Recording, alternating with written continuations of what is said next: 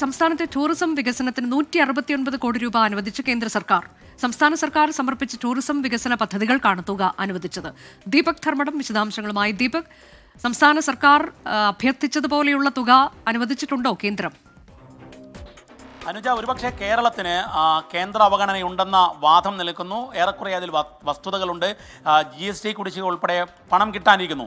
ഈ ഘട്ടത്തിലാണ് കേരളത്തിൻ്റെ ടൂറിസം പദ്ധതിക്ക് വലിയ തുക, അതായത് കേരള സർക്കാർ, കേരള ടൂറിസം വകുപ്പ് മന്ത്രി മുഹമ്മദ് റിയാസിൻ്റെ നേതൃത്വത്തിൽ ഡൽഹിയിൽ പോയി അവിടെയുള്ള വകുപ്പ് മന്ത്രിമാരെ കണ്ടിരുന്നു. മാത്രവുമല്ല, സംസ്ഥാനം വളരെ പ്രൊഫഷണലായി ചില പദ്ധതികൾ സമർപ്പിച്ചിരുന്നു. ആ 2 പദ്ധതികൾക്കാണ് ഇപ്പോൾ 169 കോടി അനുവദിച്ചിരിക്കുന്നത്. ഇതിൽ ഏറ്റവും പ്രധാനപ്പെട്ട കാര്യം ഈ കായൽ ടൂറിസത്തെയും ബീച്ച് ടൂറിസത്തെയും, കേരളത്തിന് അനന്ത സാധ്യതയുള്ള ഒരു ടൂറിസം മേഖലയാണ് ഈ ബീച്ച് ടൂറിസം. ആ ടൂറിസത്തിൻ്റെ സാധ്യതകൾ പ്രയോജനപ്പെടുത്തിക്കൊണ്ട് വലിയ രീതിയിൽ തുക അനുവദിച്ചിരിക്കുന്നു. 75 കോടി രൂപ മലമ്പുഴയിലേക്കും 93 കോടി 17 ലക്ഷവുമാണ്. അതായത് ആലപ്പുഴയിലെ ആഗോള കായൽ ടൂറിസം പദ്ധതിയാണ്. അവിടെയുള്ള ബീച്ച്, അതുപോലെ കനാൽ, ബാക്ക് വാട്ടർ ഇത്രയും സംയോജിപ്പിച്ചുകൊണ്ടുള്ള ഒരു ബൃഹത് പദ്ധതി, ഒരു ഗ്ലോബൽ ടൂറിസം സെൻ്ററായി ആലപ്പുഴയെ മാറ്റുന്ന പദ്ധതിയാണ്. അതിനുവേണ്ടിയാണ് ഇപ്പോൾ ഈ 93 കോടി 17 ലക്ഷം കേന്ദ്ര ടൂറിസം വകുപ്പ് അനുവദിച്ചിരിക്കുന്നത്. ഇതുകൂടാതെ മലമ്പുഴയിൽ ഒരു ലേക്ഷർ പാർക്ക്, അതുപോലെ തന്നെ മലമ്പുഴ ഗാർഡൻ, ഇതിനുവേണ്ടി 75 കോടി 87 ലക്ഷവും അനുവദിച്ചിരിക്കുകയാണ്.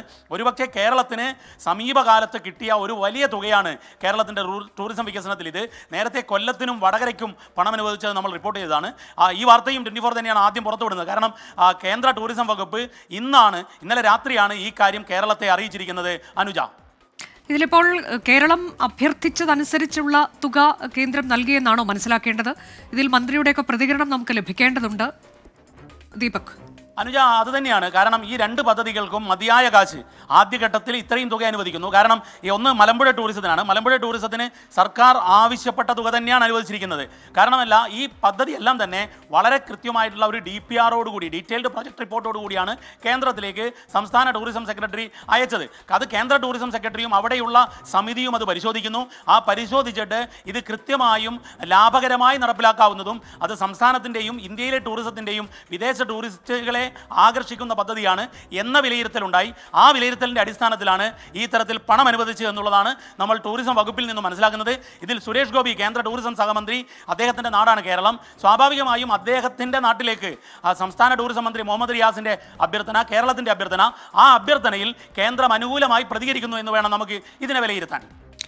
സംസ്ഥാനത്തെ ടൂറിസം വികസനത്തിനാണ് 169 കോടി രൂപ കേന്ദ്രം അനുവദിച്ചിരിക്കുന്നത്. സംസ്ഥാന സർക്കാർ സമർപ്പിച്ച ടൂറിസം വികസന പദ്ധതികൾക്കാണ് തുക അനുവദിച്ചത്. സംസ്ഥാനത്തെ ടൂറിസം വികസനത്തെ വലിയ മാനത്തിലേക്ക് കൊണ്ടെത്തിക്കുന്ന തരത്തിൽ ഉള്ള ധനസഹായം കേന്ദ്രത്തിന്റെ ഭാഗത്തുനിന്നുണ്ടായിരിക്കും.